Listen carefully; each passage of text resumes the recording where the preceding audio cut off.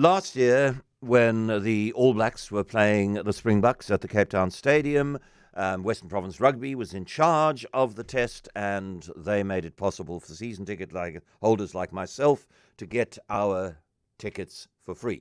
So we just went and sat in the seats that we've bought as season ticket holders. I used the opportunity, if you remember, to put my tickets on auction, and thanks to some help from DHL and a very generous listener, managed to raise 50,000 Rand for the redevelopment of the Barrydale Club rugby field, which is a project which is proceeding very, very nicely. South African Rugby has taken over the hosting rights for the test, so the test at the DHL Stadium on Saturday is under the control of SA Rugby, which means ticketing prices under its control. They decided not to give season ticket holders access for free to their tickets, but gave us, I think, about a week's advance notice and said, you can't have your tickets, but you can have tickets in the zone, roughly, where your season tickets are. I looked at the price that I would have to pay and said, absolutely not. And am I paying that amount of money, which was, I think, 3,250, I don't remember exactly, but it was a lot of money. No way I'm paying in excess of 6,000 Rand to watch rugby, even if it is the Springboks. And then I had a look at the cheaper prices, and there were tickets considerably lower than that, but they were so far away I'd need a telescope to see the action. So I decided I would watch the game at home, which is a choice that some other Cape Townians are making as well. And ever since the ticket prices became publicly available, there has been a steady drip feed of unhappy listeners. Andy Colquhoun is the General Manager of Corporate Affairs for the South African Rugby Union. Andy, very long time since you and I chatted. Thank you for making yourself available. Thanks, John. It's such a shame. I always enjoy a conversation.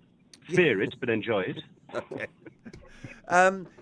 Rihanna Oberholzer is quoted as saying that they reached the 85% target of ticket sales for the test in Johannesburg. And I go, why is your target 85%? Why is your target not 100%? It is a sort of a more broader, holistic look at what we need to achieve as SA Rugby. And I think it's easy, and you're right, John, if you look at it in isolation as it's one ticket for one match, but that's not SA Rugby's task. We've got to fund and cross-subsidise all of rugby from three sources, essentially. We have got ticket prices, we've got 6 test matches a year, we've got broadcast income, and we've got sponsorship income. And we have to maximise our income. So what might be interesting for your listeners to know is that the prices this year are actually cheaper than they were for the All Black match last year at Cape Town. And it is a simple thing that it costs an enormous amount of money to run a Springbok team. For instance, we spend R500 million a year on our national teams, 270 million Rand funding the Springboks, another 220 million supporting our juniors, our women's and our sevens team, and we don't get anything from government. We don't have shareholders who pay in to fund our activities, so it is simple economics. Simple economics which deny access to live games for a significant proportion of the rugby-loving populace. Well, we believe that we've got about 12 million, according to Nielsen, avid fans of rugby in the country. We only have 6 matches, so that's about 300,000 people. So only 300,000 out of 12 million can, at any occasion, attend a match.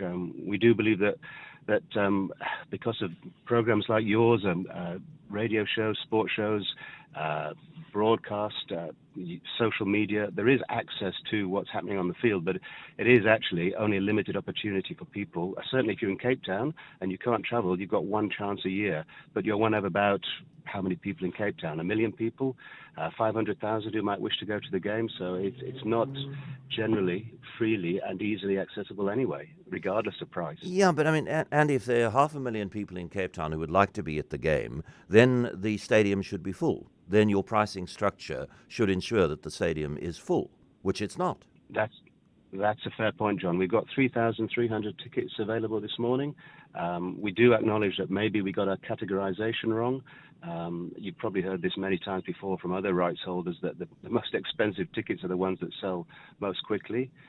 So no, we will be reviewing at the end of this season how we categorised, and that we might have been over optimistic on what the market would take when it comes to certain positions, maybe the positions that you were offered tickets in. You said the number of the lowest price ticket, which is how much? Do you have it in front of you? Or they were 808. I'll check for you now. They were 850, but I'll confirm. How many of those were made available? I can't answer that. I don't know that, John. Because my sense when I was looking, because I had access to the stadium seating plan as a season ticket holder before the general public, and there didn't seem to me to be a lot of them.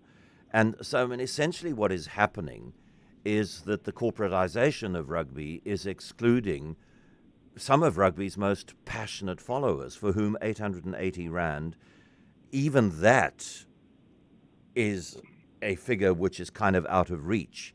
But if you do scrape together enough money, then there are very few of them are made available. That's a fair point, John, and that's what I was saying, that we are reviewing how many tickets in each category will be made available. The lowest price for this match this year was in category E was 525 rand, which is relatively affordable. But as you say, there wouldn't have been a large number of those tickets. It is in tier 3. We believe that actually every seat in the stadium is a good seat. It was well designed, but that's a matter of opinion. Last year, that same seat was 850 rand, so the prices actually are generally lower than they were last year. But whether we need to review and categorize more into those lower price bands to ensure we do have 100% sellout is a fair question. Yeah. The hosting rights for ticket sales as a percentage, because I mean, squeeze your sponsors for a bit more money. Ask the TV rights holders to pay a bit more so you can mute the ticket prices a little bit. I mean, I understand that it's a commercial game. The Springboks have paid a lot of money, and the money has to be recovered. I accept the cross-subsidization argument, but there's just something wrong about a test against one of South Africa's great historical rivals not being full. Well, we have squeezed our sponsors this year. We've earned an additional approximately 300 million rand in sponsorships this year, having reset our commercial offering. So we are doing everything we can to support making the game more accessible and more affordable to everybody. But the simple fact is that everything in South Africa is more expensive these days. If you call out a plumber or an electrician, I'm sure you sit there, John, and you look at the quote and you think, well, that's expensive just for a call out. And I'm afraid we are not immune from the pressures of inflation and costs. And the only other test that we're hosting as part of the Rugby Championship is the test against Argentina in Durban. Argentina, a less totemic opponent than New Zealand and to a lesser degree Australia. So what are ticket sales like for that test? And might you relook the pricing in order to make sure that stadium is not half full? Well, we're actually about 93% capacity on Saturday for the Wallabies currently. Yeah. We were, as Rian has said, more than 85% for the test on Saturday in Ellis Park. John, I haven't got the numbers on how we are doing in Durban, but obviously we are sensitive to what the market's saying, and we're not stupid. Well, we hope we're not stupid. Andy Colquhoun, you came on, you gave us the perspective of South African rugby, and for that I'm grateful. Andy is the GM of Corporate Affairs at the South African Rugby Union.